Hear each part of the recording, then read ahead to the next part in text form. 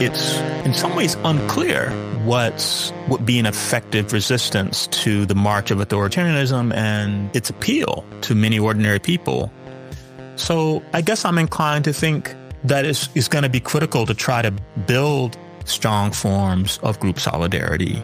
It's only if a sufficient number of ordinary people kind of rise up in the streets and are willing to put pressure for change are we really going to be able to reverse course. So I think that's the only real road. I don't think that, Bernie Sanders or AOC are gonna, they're critically important and I, value what they're trying to do, but I don't think that they're gonna turn the Democratic Party kind of through these kinds of events. It's only insofar as they inspire broader grassroots organizing, political education, helps people kind of understand the dangers of allowing billionaires to run the country like a business.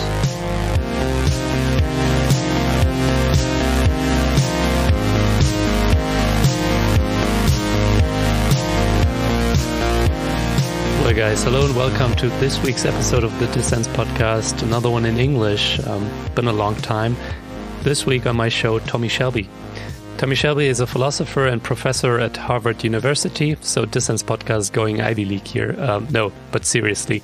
Tommie is currently residing in Germany, holding the Benjamin Chair at the Center for Social Critique in Berlin.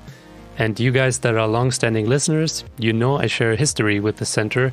So of course I couldn't miss the opportunity to talk to Tommie Shelby, who is dealing in his works with racial, social and criminal justice, and who is turning in his Benjamin lectures to the questions of solidarity and self-respect, quite important ones in these times of creeping authoritarianism and fascism, of course. So enough of the intro talk, let's get to it. Tommie, thank you so much for joining me here on the Dissens Podcast. Thank you. Oh, it's a real pleasure to be here. Yeah, the pleasure is all mine. Tommie, actually we are talking before your Benjamin lectures in Berlin. I think it's quite a nice opportunity for folks here in Germany and Europe as well to learn about your body of work. For me as well, it was the upcoming lectures, my kind of first point of connection to your thought, right.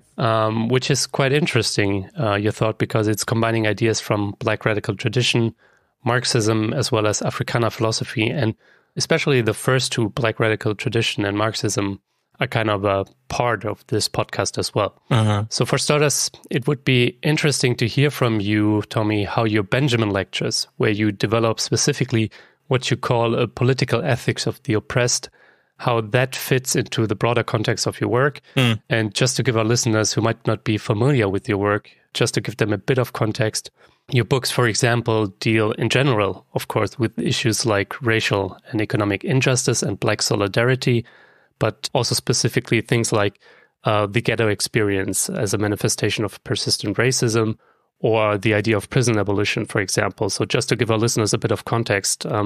So for starters, maybe, Tommie, you can explain a bit how your idea of a political ethics of the oppressed that you're going to develop in your Benjamin lectures, how that fit into the larger frame of your work. And secondly, can you introduce a bit the idea of a political ethics of the oppressed, explain its place within philosophy, especially the Black radical tradition, and what kind of major questions you want to raise in your lectures? Sure. So I think of my work, my work is primarily in social and political philosophy. I think of my work as largely focused on connections between racial justice, economic justice, and criminal justice. And I've mostly written about the ways in which those various forms of justice or injustice are related. But I'm also very interested in the history of Black political thought, mostly Black diasporic thought. And I draw on the tradition of Black political thought in my social and political philosophy. So I might draw on figures from the Black abolitionist movement against slavery in the 18th, 19th century, or I might draw on figures who were very prominent during the Jim Crow era, like W.E.B. Du Bois and others, or figures who were very influential in the civil rights movement or the decolonization movement, where that might be someone like Martin Luther King Jr. or Frantz Fanon or others. So I'm very interested in drawing on that broader tradition to think about issues of, racial justice, economic justice, and criminal justice. That tradition tends to focus on not just on, as traditional political philosophy would, not just on, what makes for a fully just society, what makes for a fully good society or a free society. It does focus on those issues, but most of the contributions are focused on how the members of various oppressed groups, in particular people who are Black, how they ought to respond to their condition of being, systematically burdened by various forms of injustice. And there's a lot of focus on not just on appropriate modes of resistance, so that's critical, but also on how to live a dignified life under conditions of oppression.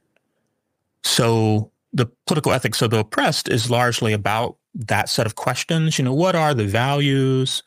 What are the principles? What dispositions of character are appropriate to cultivate and embrace as you try to not only survive, but appropriately fight back and live with a sense of self-respect under conditions of oppression. So that's really the focus of my lectures, is on that set of questions. Yeah, thanks, Tommie, for that kind of intro to your work in general and to your project of a political ethics of the oppressed. We're going to return to that set of questions of solidarity and self-respect. We're going to return to them just shortly because they are also very important for our listeners, of course, coming from totally different backgrounds, some experiencing in the case of racism, harsh oppression, and others like me coming more from a perspective of privilege and allyship, I say. But before we're going to talk about those set of questions, the questions of solidarity and self-respect, I first want to zoom out a bit and want to look at what constitutes injustice and oppression in your view. So specifically how you think about race and class-based oppression, because coming from the Black radical tradition, as you described, it was much influenced by Marxism and socialist thinking, which are important themes in this podcast as well. So it was influenced in that sense with regard to economic injustice, the political economy, and how racism and class intersect there. But it also emphasized the role of racism and colonialism in the rise of capitalism, as well as racial oppression today. So maybe coming from that tradition, you can talk a bit about what's your approach to racial and class-based oppression. Well, I'm certainly very influenced by Marxism and by the broader socialist tradition. And a lot of my thinking about injustice is informed by that broader tradition. But as I say, I'm also influenced by a number of Black radical thinkers who've tried to grapple with understanding the modern world and what made the modern world that we've inherited.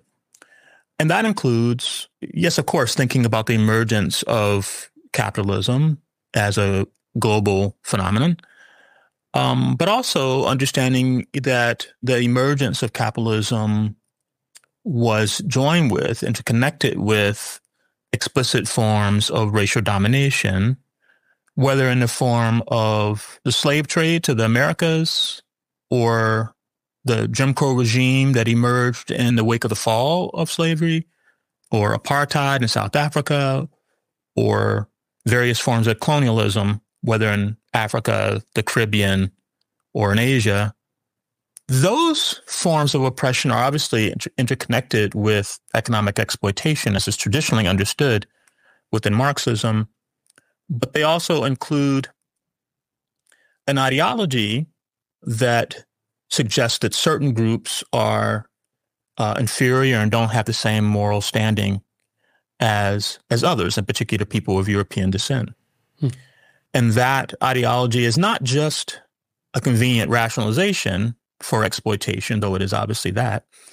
It also shapes the culture and the interaction between peoples, and has done so for many generations.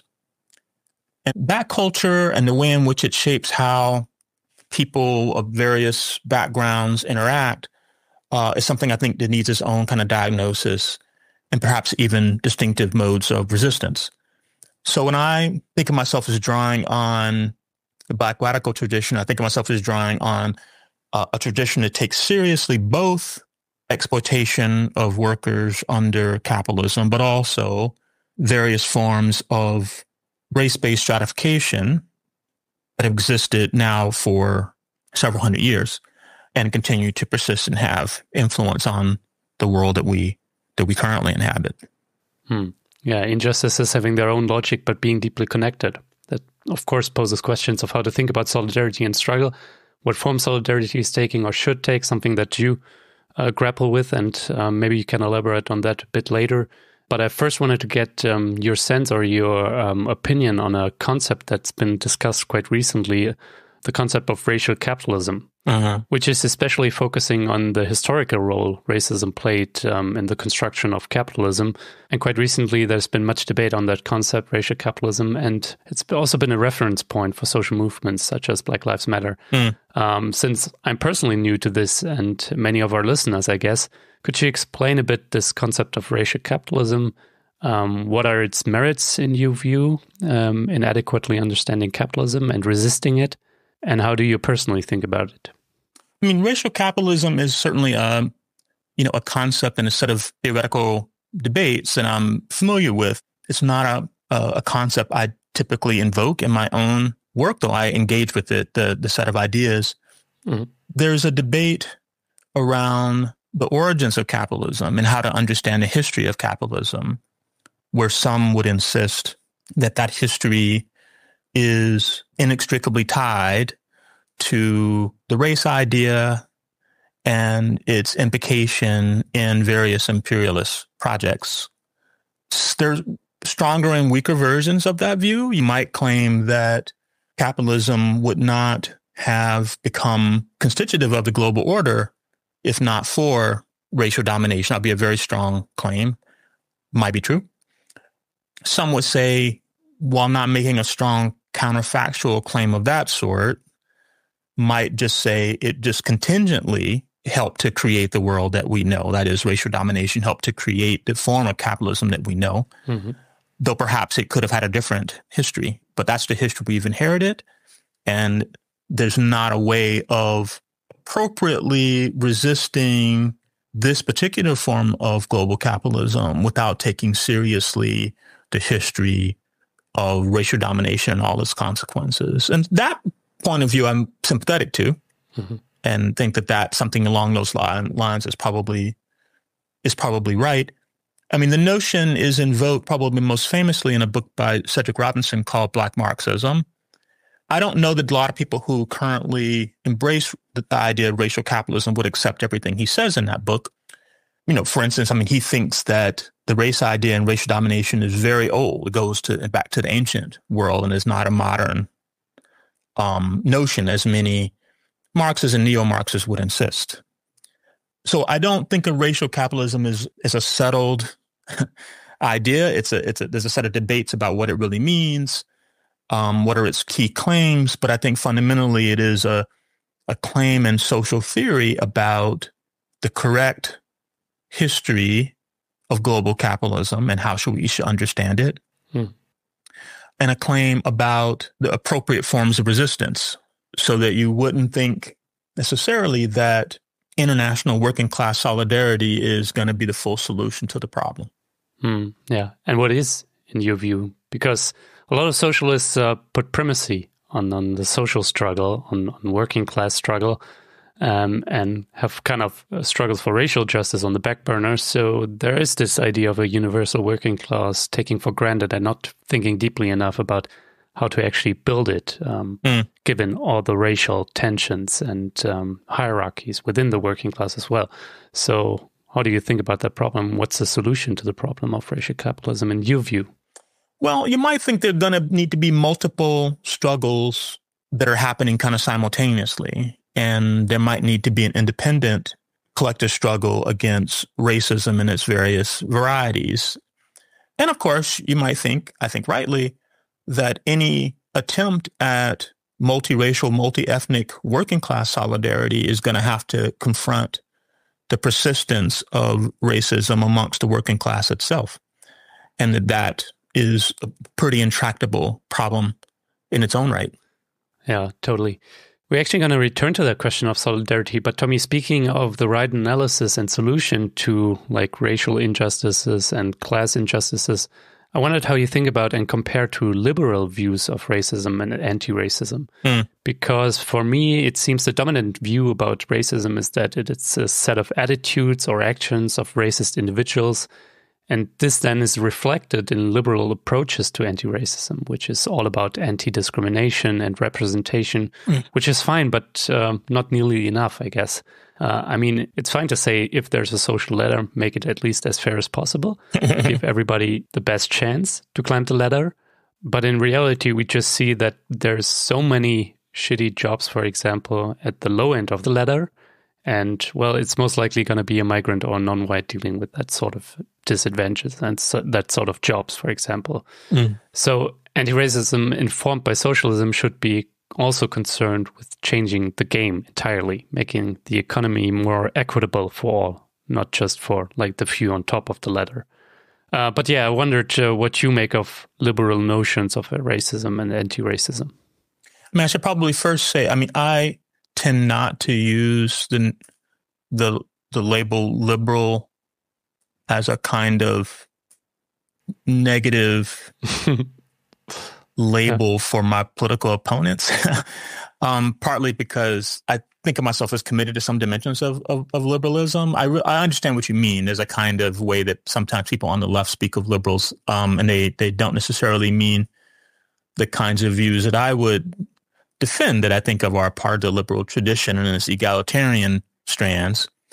But I know what you mean. It's a kind of neoliberal conception of equality that's rather limited, right? It's a conception that says what we want is fair competition for the spoils, if I can put it like that. Let's create a society in a world where there's sharp, open, free competition for the spoils, for the benefits of cooperation. There will be winners and losers. Well, you want it to be a fair competition. And it's unfair if racial prejudice interferes with the competition. So one way of thinking about the problem of racism is to try to remove racial prejudice from that contest. And that's a very limited way of thinking about the problem. But I think it's pervasive in some circles. That's kind of what most of the people think. And so they spend a lot of time thinking about how to construct anti-discrimination law. You know, how do you prevent employers or lenders or people who rent out housing or sell housing and so on from discriminating against stigmatized racial groups or other ethnic groups and the like. And so a lot of U.S. policy around this issue focuses on that. What's the appropriate anti-discrimination regime that you can instantiate in law? I think people who are, more on the left, whether they're, embrace some form of Black radicalism or not, think that that's too limited view of equality and justice, and think that the poor and disadvantaged working people are owed much more than a fair competition for material assets. They're owed a much fuller life and a much greater share of the benefits of social cooperation and economic cooperation, and indeed should have more say in the structure of how we cooperate for our mutual advantage. So I think it is a limited view of the problem, and it's also limited in how it deals with the impact of the past. I think of a lot of the disadvantage that various racial and ethnic groups experience around the world is not due solely to ongoing discrimination against them, but it's due to the historical weight of many generations of the subjugation of their people and the very limited ways in which these societies have tried to rectify that situation and try to remove the burdens to their flourishing. So I think that's also another limitation is, well, how do you appropriately respond to the weight of the injustices of the past? And a lot of what we see currently in the United States is an attempt to disavow any need to confront the injustices of the past and how they impact the present. Talking about those limitations of liberal anti-racism, and I don't mean it actually in a derogatory sense, because preventing discrimination or having sorts of affirmative action is important, as I said. And under Trump and authoritarianism, we see how those laws are attacked and removed, actually. But what's missing from the liberal notion of anti-racism, for me at least, is, social justice, where we see that so many people are struggling with their well-being, their material well-being, and many of them are non-whites and racially discriminated people. So Tommie, but being limited, I wondered what in your eyes would be a fuller view of anti-racism, and what role in your eyes would economic justice play? So not just being owed a fair competition, but being owed less competition, but just a fair share in the end. So, I mean, something like affirmative action was a very limited tool to try to redress socioeconomic and educational disadvantage the wake of almost 100 years of Jim Crow segregation. It is a limited tool because it largely helps a pretty small fraction of the Black population, the people who can take advantage of elite education, which is a very small portion.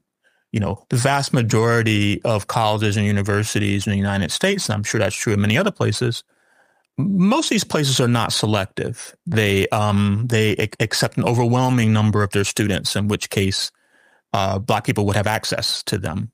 Affirmative action is largely a tool used by a small fraction of these universities and colleges that are highly selective, that are accepting, say, 20% or less of their students. And that's just, access to that is just going to be limited to people who have, you know, kind of pretty unusual talent and skill that enables them to have academic success. So it's a pretty limited tool, now abolished by the Supreme Court. So that was always going to be a limited approach to the problem. So I think a more appropriate approach is going to have to include, I'm not against affirmative action, I'm for it, but I think you need to add much more to it, especially things that have to do with, you know, socioeconomic disadvantage of other sorts, right? So, you know, the United States right now, there is not only enormous income and wealth inequality, but it's highly concentrated in the hands of small few. So I think no attempt to address these kinds of problems can fail to confront the concentration and maldistribution of wealth. It gives people enormous power over the lives of others, helps them to shape the way government functions, gives them ready access to the labor of the marginalized, and so on. So any kind of anti-racism is going to have to confront that larger problem of political economy. But it's also going to have to focus on things like access to decent, safe housing, which is also a problem in the United States and elsewhere. It's going to have to make sure that not just college education, but education of our youth is of a high quality and accessible to everyone. And we don't have that either.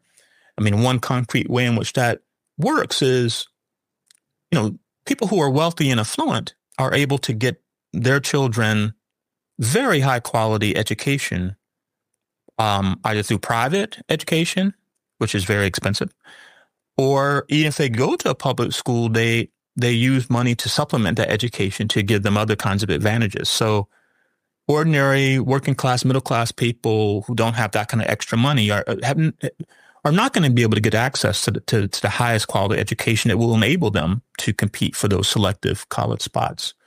So a lot of work has to be done there. When we have something, you know, and we don't really have a proper universal healthcare system either. And again, you know, that's fundamental.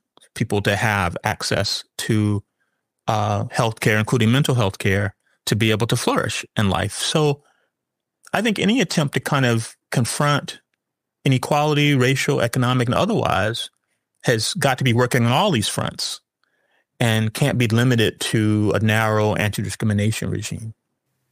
Racial justice needs social justice as well, and the other way around. but maybe also more criminal justice. You mentioned in the beginning explicitly the topic of criminal justice, so I wanted to ask you a question about that as well. Because in the United States, the connection between racism, economic neglect, and mass incarceration of Black people, that's quite obvious. So, but in Europe as well, even though having much more of a welfare state and much less prison population, we still see the connection of migration, for example, and detention. Yeah. And given the crisis we see, I fear it's only going to intensify. The border regime, the carceral state, and excessive policing, for example. And in light of that, a lot of radical activists put forward the idea of abolition. So the main argument there is that progressives or radicals shouldn't argue for the reform of police, the reform of prisons, or the reform of border, but actually for the abolition or the dismantling of these institutions. So I wondered, Tommie, how do you think about the tradition and idea of abolition, since you actually wrote a book about it on the topic of prison abolition? And how is this idea of abolition actually connected to a strong welfare state or even a socialist reorganization of the society, I wonder, where it's not so much about having a fair competition for the spoils of society, as you put it, but having less competition and a better place for all? Yeah, so my engagement with abolition comes out of, as you say, a broader concern with police brutality and violence and the mass incarceration. Activists and scholars and intellectuals have been, writing about, discussing, and fighting around this set of issues for a number of decades now, just thinking about what seems like unchecked police violence against marginalized populations, and an incarceration system that seems to sweep up large portions of poor and working class people, many of whom are among the racially stigmatized and are disproportionately among the racially stigmatized. And a lot of people have tried to think about different ways of confronting that problem, from various reformist positions to pretty radical positions. And so I was very became interested in the abolitionist approach to the problem, which suggests that the aim really shouldn't be to try to reform policing or prisons, but rather we should be trying to transform the social world that makes practices of that sort necessary, and it brings in its train the many abuses we're all familiar with. And so I was interested in that point of view. I'm interested in that point of view, especially in its more left-wing varieties. I mean, abolition comes in many ideological stripes, some of them connected to socialist and anarchist movements, but some are, have a more liberal stripe or pacifist stripe. So I was very interested in the forms of abolition that come out of the Black radical tradition, which include figures like Angela Davis, who's been probably the most influential philosopher in the Black radical tradition writing about abolition. And I wanted to engage with that set of ideas because I found them challenging and interesting, even if I didn't fully accept the central claims. I think they're raising some critical questions. I particularly think they're right to draw our attention to the role of the police and prisons as a mechanism for suppressing political dissent, as a means or a weapon even to marginalize political opponents. This is a long-standing use of prisons and police, of course, around the world. It's not unique to the United States by any means, but the abolitionists kind of draw our attention to that role. We shouldn't treat them as just mere law enforcement, but they are connected to attempts on the part of people on the left to struggle for more fundamental change, because those struggles are often defeated by the use of the mechanisms of law enforcement, or at least they're set back by that. So I think that's a really critical point and has to be grappled with, and is very important to left-wing struggles. I myself am not an abolitionist in the fullest radical sense, because I don't myself believe that policing and imprisonment are inherently unjust practices, or that they're incorrigibly unjust. They are clearly often, maybe even generally, unjust in practice. But I'm not on the side of those who thinks they can be readily dispensed with, even under conditions much more egalitarian than the ones we currently confront, it's not obvious to me that we could do without those practices entirely. I certainly think that we would want to shrink the footprint dramatically of prisons and policing and narrow the uses of prisons to really only the most serious kinds of crimes that cause kind of great and irrevocable harm, the kind of thing that you couldn't possibly fix. So murder in particular, I think it's important to prevent. And I think police and prisons will play a role, hopefully a much smaller role in a more just society than it currently does. Similarly for the police, the police are overused, generally armed with lethal weapons. And again, I would think that in a more just society, they would have a much more limited role to play than they currently do. Yeah, totally. I wondered if you just briefly could shed some light on the current political situation regarding the topic of prison and police abolition. I remember that in the wake of the George Floyd killing by police in 2020, there was this huge moment for Black Lives Matter and for the proposition of defunding the police, and it had real-world implications. So I sort of wondered, what's the development with defund the police in the United States since then? And the other thing would be, how do you look from the United States across the Atlantic to Europe? Because it's, even in the United States, a marginalized idea, abolish the police or abolish the prison. But in Germany, the discourse around that is even smaller than in the United States. And it's in the mainstream, it's seen as a problem and a discourse in the United States that came from there to Europe, even though we have to a different degree also grave problems with racism and policing and imprisonment.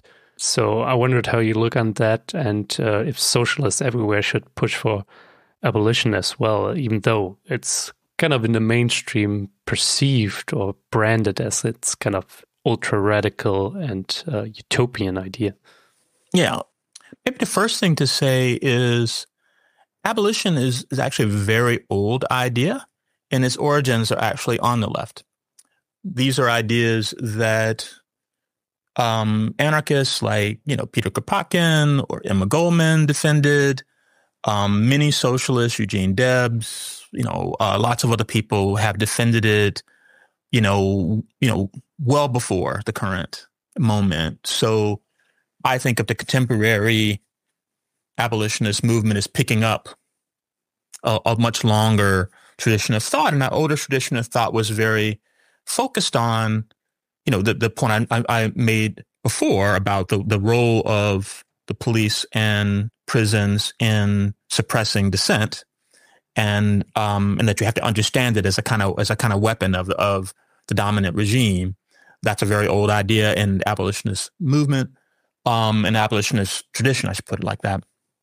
But also, there's a theory of crime in the abolitionist tradition, especially in its socialist and anarchist versions, which suggests that the vast majority of the crime that we see is the result of economic disadvantage, and that it's the police and prison. The police are there to contain it and to prevent more affluent people from being negatively affected by the externalities of that poverty. And they're there to contain the most unruly elements of the poor through imprisonment. So that idea is very old. I mean, and it's a part of the anarchist and socialist tradition to think things of that sort, that the prisons are, filled with economically disadvantaged people overwhelmingly. And that's not just the United States, that's everywhere. And so when you say, well, it's not that Europeans might see this as a kind of, U.S. movement that emerged out of George Floyd and Black Lives Matter. And so I wouldn't characterize it that way. I think it was a much older idea that really in some ways of European origin. As far as the current, Black Lives Matter movement, the defund the police was a particular strategy that some people were defending. They thought that if you could shrink their budgets, you might be able to shrink the footprint and maybe use some of that money for other kinds of things, including attending to the needs of the poor and disadvantaged. Whether that strategy had much of a chance of working, I don't know. but it was an attempt to try to get people to see that we're way overspending on law enforcement. And we should really think about how to use our public resources in more productive ways, and in ways that actually probably do a better job of preventing crime if they were ways of improving the lives of the most disadvantaged. There's a part of that I certainly agree with, that, we do need to do a public education and remind people that we probably could spend our money rather differently and get better results. Mm-hmm. But the police in particular is a fault line in U.S. politics. And it's very connected to issues of race. This is one of the ways in which these things are connected. And police are seen as containing dangerous Black and brown people. And attacks on the police as, violent and abusive are bound up with a range of racist ideologies about non-white people's connection to the law and the threat that they seem to pose to the possessions and well-being of the affluent. So it's pretty hard to disconnect an attack on the police with a story about the dangerousness of marginalized, racialized people totally bound up together in U.S. politics. Tommie, maybe we can just now finally get back to your Benjamin lectures, where you tackle the question of solidarity and self-respect under racism and capitalism. You just now described the grave injustices and forms of oppression that marginalized communities deal with, and the prospect of an abolitionist democracy or socialist democracy. So the prospect of liberation is so far away that, of course, raises the question how to live a resistant and dignified life as an individual, but also as a collective. So how to come together in solidarity. And that's exactly the topic that you're talking or tackling in your upcoming Benjamin lectures on a political ethics of the oppressed. So maybe you can start talking about your idea of solidarity, or what are the questions that you're concerned with there? So how do you think about solidarity in the context of race and racial injustice? That would be the first question I'm interested in. So I think of solidarity as a kind of moral ideal, if I can put it like that, an ethical ideal. It's a kind of commitment that's jointly and reciprocally embraced by people, often to defend their interest, sometimes to advance a cause, sometimes to promote other values and objectives they might have. In the political context, these forms of solidarity include people strongly identifying one another, of having a sense of loyalty to each other, attending to the worst off in the group, having a sense of trust amongst each other, are all ways of enabling groups to be able to engage in effective collective action, cooperation.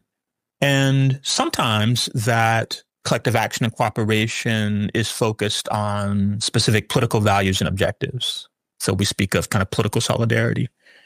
That solidarity might exist amongst, and often does exist amongst, the various unjustly burdened group or oppressed groups who might already develop a sense of solidarity and mutual support for each other, but it gets extended to a cause for their liberation.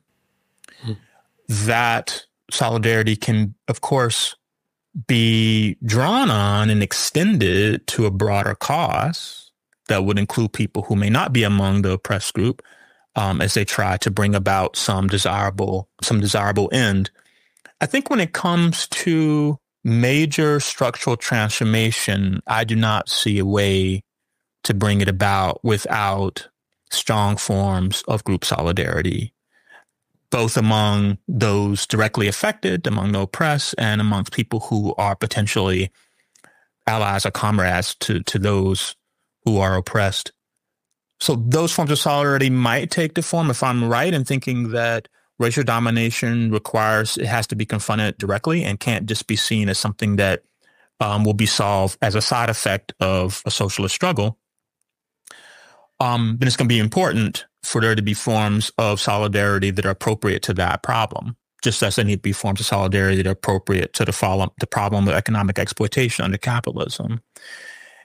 Ideally, these overlap in meaningful ways, of course. So when I think about the political ethics of the oppressed, I think that solidarity is really quite central to what I said to, how do you engage in meaningful forms of resistance and maintain a sense of dignity under conditions of oppression. Solidarity is going to be critical to that. Two questions on that, actually. First, what's in your view forms identity when it comes to shared solidarity? Because in Europe here, there's a critical discourse towards identity politics. And of course, the right instrumentalizes this, and they have their own identitarian and exclusionary vision. But also from the left, there's criticism that identity politics fixes people in static identities and making universalistic coalitions impossible. So that's the main argument there. And this seems to me to be a misconception, because in most cases, identity is formed around oppression or exploitation. So the conditions one is put under, and not essentialistic identity or something.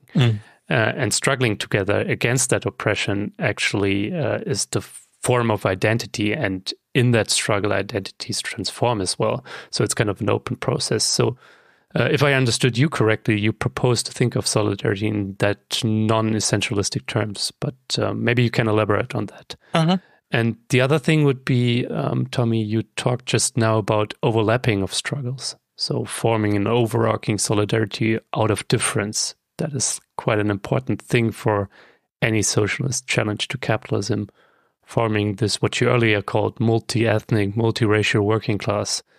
So we already briefly talked about that, but I just wanted to get now your view on how you think about that challenge of connecting struggles. I think the first thing I would say is the critique of identity politics comes from the right and the left. They have different flavor to them, of course, but identity politics has been attacked from both sides. I don't think of the forms of solidarity amongst oppressed groups as fundamentally about the identity of those groups. I don't think of it in those terms. There may be a narrow band of cases where that's important, right? There are various forms of group-based oppression. Some of them are, connected to a status hierarchy. I think racial oppression is. Some of them are about economic exploitation of various sorts of labor or land or resources. Sometimes the subordination of women. The range of forms of group-based oppression. Some of them, of course, have to do with hostility and prejudice toward group-based difference. And in that case, where it's religious belief, or say, for example, identity is relevant in those forms of group-based oppression because there people are being marginalized, excluded, and into forced assimilation because people will not accept their difference. So, of course, in that case, identity is going to be relevant because these people want to affirm their conception of what the good life is, which includes their religious beliefs and practices. But a lot of what people are calling identity politics isn't just that.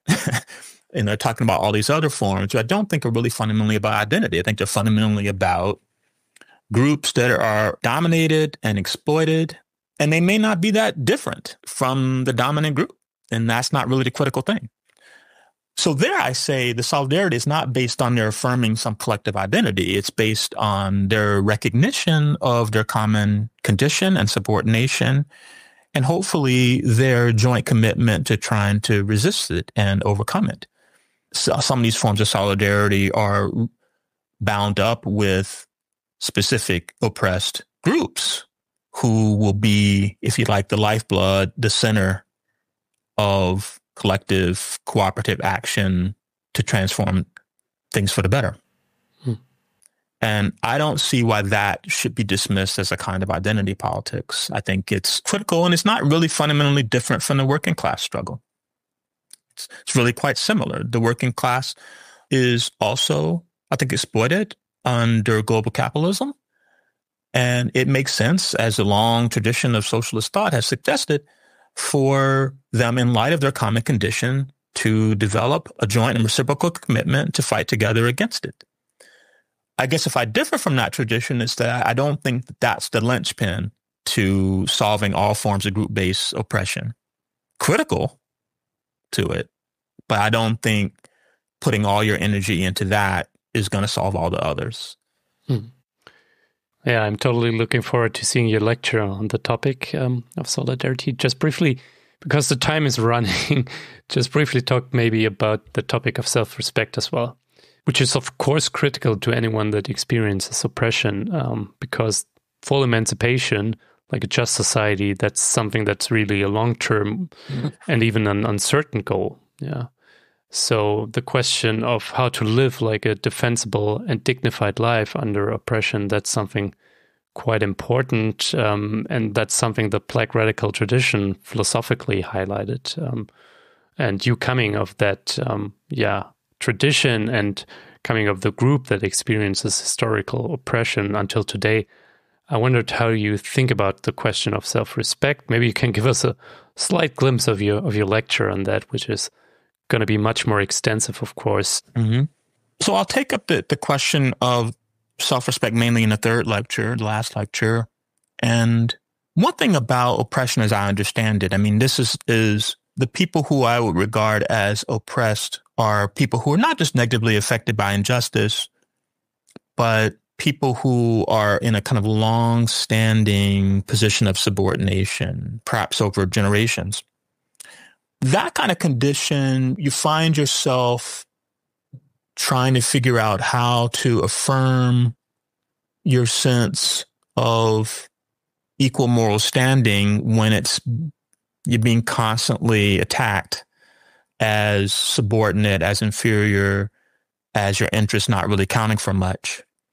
And I think it's important for oppressed groups to affirm their self-respect through protest, because I think only through that are they going to be able to maintain a life that's not filled with shame and fear and servility as a kind of vice. I think in a lot of the Black political tradition, not only in its radical varieties, but in many of its varieties, people are preoccupied with this question, partly because slavery slavery of Africans lasted a really, really long time, as did the Jim Crow lasted almost 100 years. So you have people who are growing up in it, born into it, expecting to live their whole life under conditions of severe domination. And the question of how you do that while still sort of holding your head high and not feeling ashamed of yourself, not letting a sense of inferiority shape your soul and your psyche. That's a struggle. That's its own struggle. And I think it's important to highlight that internal moral struggle, to not give in to the demands of subservience, to not resign yourself to things being the way that they are. And I think what's critical to that internal moral struggle is seeing yourself as a moral agent and a moral equal to others, though the society is structured in a way to consistently, systematically deny this. So I'm interested in that, and I'm interested in that internal moral struggle, the moral dilemmas that the oppressed face as they try to live with a sense of dignity under enduring oppression. And that's kind of much of the lectures are focused on that set of questions, but especially the third. And what would you say is like the connection between individual and group there? Because there's also like a tension between solidarity and self-respect might constitute for certain individuals something else than for the group. So, for example, drawing value and self-respect from resisting and rebelling also comes with a lot of risks.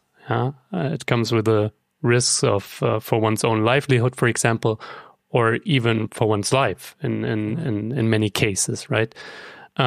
So is there, in your point of view, like a moral obligation for holding up resistance in the face of injustice? Or isn't that too grave of a demand putting on an individual? So how do you think about this maybe tension between solidarity and the obligations that a group puts on an individual and also the independence of mind, individuality, freedom of expression, personal fulfillment even, that is also important for an individual. Could you maybe just talk a bit more about this issue of the tension between the demands of solidarity and personal freedom, since you're dealing in your lectures with these kind of questions as well? Because there is undoubtedly a tension between what a group demands of an individual in order to achieve some sort of justice and personal freedoms. I'm very interested in this set of questions. It's very complex.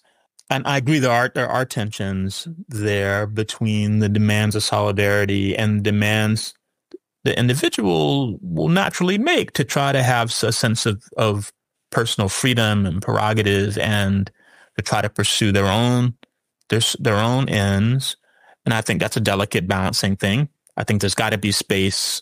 In a lot of ways, the freedom of my subtitle is a lot of that is about the kind of freedom that I think is appropriate for the members of oppressed groups to exercise, even under conditions of injustice, for kind of personal freedom, which, as they try to find a sense of meaning and moral purpose in their lives as they see it.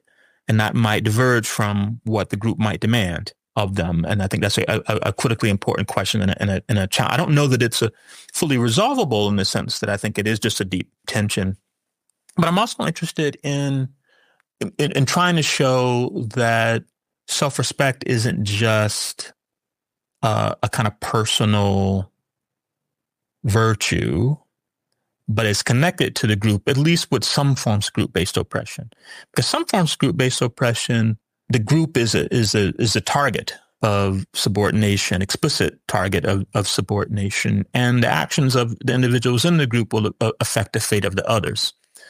So, maybe people should be free to sometimes act in a servile way when, if they didn't, they face dire consequences like, death, severe poverty, other kinds of things. It will be, you can't possibly expect a person to always affirm their self-respect when, when the stakes are very high of that sort. Some people will do it anyway, and that will be, courageous and heroic. But I don't think you can expect ordinary people to always affirm their self-respect no matter what the consequences and penalties may be. But sometimes it's going to be appropriate to nevertheless affirm your self-respect, though there might be some risks or cost involved, especially where your behavior is going to at least indirectly affect the fate of the group. So acting in a way that suggests that you're content with your social position, acting in a way that suggests that you do not regard your condition as unjust, acting in a kind of servile way where you act in accordance with the negative image of the dominant group has of your group. These are things that all affect the fortunes of the group as a whole, make it harder for them to achieve their liberatory. They also, I think, have the effect, behaving in that kind of servile way also is an impediment to building solidarity, because it's impossible to build effective forms of solidarity with people who, readily sacrifice their self-respect and engage in kind of servile conduct to win, say, small favors from the dominant group. You need people who are willing to forego some of those benefits of submission if the group is ever going to collectively achieve its ultimate ends. So I'm very interested in this set of issues. I think they're very complex and difficult. And part of what I hope to do is to help people who haven't thought as much about them to see just how intricate and challenging they can be. I want to just know, Tommie, if that's something you deal with personally as a philosopher as well, what solidarity demands of you, being part of an oppressed group that struggles. I mean, the Black radical tradition has always been part of liberation struggle, sees itself as coming from those struggles. Mm-hmm. So there's surely a tension between sacrifice for a cause and personal interest as well. Mm-hmm. In your case, how do you think about this? And another thing which is maybe interesting is, you yourself belong to a privileged segment of that group as being a Harvard professor. Is that something that you're concerned about when you think about your relation towards solidarity and personal freedom as well? Yeah. No, that's great. I mean, so I've heard it said once that your first book is always autobiography. I don't know if that's true, but I guess in some ways these lectures, which maybe eventually become a book, not my first, but maybe a book. I don't talk about myself in the lectures, but there's certainly a way in which I'm grappling with things that I've thought about in my own personal life as the member of a historically oppressed group, but one of the more advantaged and privileged members of the group. And, what does solidarity demand of me? What should I be willing to sacrifice to help the group achieve its ultimate ends and defend itself? What should be the focus of my work? I'm a philosopher, I'm intellectual, I'm interested in all kinds of questions. And I could, of course, write about all kinds of different things. I'm as interested in as many other philosophers in the great philosophical questions. I have decided, I don't think under compulsion, I think, I have decided to, attend to issues of injustice as the central part of my work. But even that, maybe that's totally insufficient. Maybe I should be doing much more. And I raised the question, but we just talked about in your previous question about, what space do I have to pursue my own ends and to do the things that will make for a fulfilling life for me? Do I have appropriate prerogative to pursue those things, even if they don't necessarily end up improving the condition of my group or helping to advance the cause of justice? So I certainly have been grappling with those issues pretty much all of my adult life. And of course, there are complicated issues that, I'm a faculty member at, a very prestigious university that has a lot of money. And I benefit from that, and there's a question of how to use those resources that I have, how to use the influence and connections that I have to try to advance the cause of justice. These are certainly questions that I'm constantly thinking about, and are themes that come up in various ways in the lectures. Yeah, thanks so much. Hopefully there's going to be a book that comes out of these lectures. I'm looking forward to that. Before we end, Tommie, I just briefly wanted to get your opinion. I wouldn't want to miss it, on the current political state in the United States. So we see that under the second Trump administration, there's creeping authoritarianism and even fascism. The situation is quite grave, actually. Uh-huh. And when we look at the Democratic Party, at least the party's establishment, it seems not to be able to put up an effective challenge to Trumpism. And then on the left wing of that party, we see, again, Bernie Sanders, running against the windmills, and AOC in his on his side, and they are touring the country with their Fight the Oligarchy tour, and thousands of people are actually showing up at these events. So this is something that actually gives me hope that there's going to be a moment of resistance or something. So 2 questions: what do you think made the rise of Trump possible, first, and secondly, do you think that Bernie and AOC can turn the Democratic Party around, or what is going to be needed in your eyes to put up an effective resistance to Trumpism?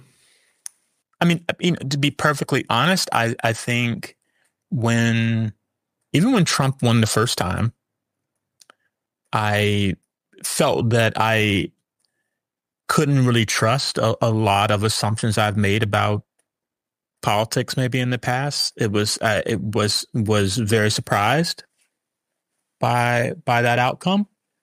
And I say it's partly surprised because, not an orthodox Marxist by any means, but I certainly, had long thought that if the broader capitalist class were in agreement against a candidate for the Republican Party, that person would not get the nomination. And that turned out not to be true. That is, that there were many people, what I would regard as spokespersons for the capitalist class and their publications were like strongly opposed to him, and were again the second time strongly opposed to him, and yet he still got the nomination and still won, even though there were alternatives to him that would have still given a lot of things that capitalist class would want. They want low taxes and less regulation. They want ability to keep as much of their profit as possible, and so on. And those things could have been secured by a number of Republican nominees who were running, and yet none of those people could win. And it happened again, despite the fact that Trump had won. So it is a difficult challenge. I don't really look to the Democratic Party as kind of the solution to these problems. I think that they can be an important break on the worst, of these problems. Mm-hmm. And in electoral politics is pretty much all we have at the moment. So, I think I'm a pretty traditional leftist in thinking that, you have to build more grassroots forms of solidarity if you want to see different electoral politics. It's still true in the United States that, a third of eligible voters didn't even vote in the last election, despite it being kind of obviously consequential. It's completely disaffected and not engaged. So I guess I'm inclined to think that it's going to be critical to try to build. Solidarity is difficult to build. You build it over time through political education and working together on supporting each other's projects, trying to get small victories so you can build on those smaller victories. So I think that's the only real road. I don't think that, Bernie Sanders or AOC are gonna, they're critically important, and I, value what they're trying to do, but I don't think that they're going to turn the Democratic Party kind of through these kinds of events. It's only insofar as they inspire broader grassroots organizing, political education, helps people kind of understand the dangers of allowing billionaires to run the country like a business. That, I think, is important work, and that's really the only avenue of resistance to this kind of authoritarianism I think that's really possible in the current moment. I just don't think that Congress will be able to check it on its own. I don't think that the courts will be able to check it on their own. It's only if a sufficient number of ordinary people kind of rise up in the streets and are willing to put pressure for change, are we really going to be able to reverse course? So thank you so much, Tommie, for joining me here. Just for an outlook, I wondered what would be your advice for our listeners that are just now listening to us, people who deal with these questions that you raise in your lectures, questions of solidarity, of self-respect, and in the case of solidarity for one's own, but also solidarity for others, for other groups, because the people that are listening to us here, of course, come from vastly different perspectives and social positions. So some are experiences, long-standing subordination that you talked about, and others come from a perspective of relative privilege and more of a perspective of allyship. And now we live like in really dark times, not only in the US, but also in Europe and worldwide. And people are experiencing feelings of anger, despair, experiencing hardship or hostility for taking a stand in these times. And they experience a prospect of a future that seems far from liberation. And you dealing with the questions of a dignified life, protest and struggle being an integral value and part of a dignified life and of self-respect. I wondered if there's something that guides you in these times and that might also help our listeners in some kind of way. I guess what sort of guides me, I'm very influenced by not just the activism, but also the writings of Martin Luther King Jr. And I feel like, and he was very interested not just in the struggle to end segregation and Jim Crow, which of course he played a critical role in ending, but was interested in a range of struggles, the problem of poverty around the world, the problem of war and conquest, interested in a range of justice issues and fought for those. And what he would often emphasize, and I try to take to heart in moments like this, is the critical importance of maintaining a sense of hope. Because it's very And I don't mean that I don't mean in a theological register, or you could think of it as a kind of political faith. You could think of it as a commitment to work on the assumption that things can be improved, and that you don't give in to the temptation to resign yourself to the way things are and that things can never get better. I think in these kinds of moments where it's in some ways unclear what would be an effective resistance to the march of authoritarianism around the world. I mean, it's not obvious, at least not to me anyway, what would be an effective way to resist, all this creeping fascism and authoritarianism and its appeal to many ordinary people. It's not obvious what the thing to do is, and it's easy to throw your hands up. And I think especially for people who are more privileged and in some ways are more insulated from the worst of this, to just feel like there's not much that can be done. So I always, in those moments when I feel most pessimistic, I try to turn back to the writings and speeches of Martin Luther King Jr., because he never really gave in to that and always counseled not to give in to that sense of resignation and deep pessimism that is just an ever-present temptation, especially in moments like this. Tommie, thank you so much for joining me here. It's been a privilege. Thank you. My pleasure. Thanks for having me.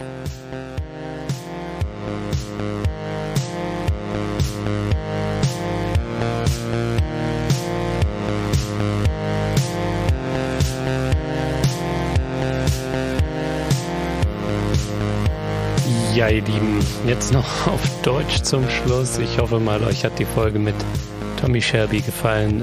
Ich fand es sehr, sehr spannend und ja, ich bin, wie schon gesagt, auch sehr gespannt auf seine Benjamin Lectures. Apropos Benjamin Lectures, hier nochmal kurz alle Infos zum upcoming Event. Nämlich Tommie Shelby wird vom 18. bis 20. Juni, 18. bis 20. Juni, seine Benjamin Lectures halten on Political Ethics of the Oppressed, on Freedom, Solidarity and Self-Respect. Das, worüber wir auch hier gesprochen haben.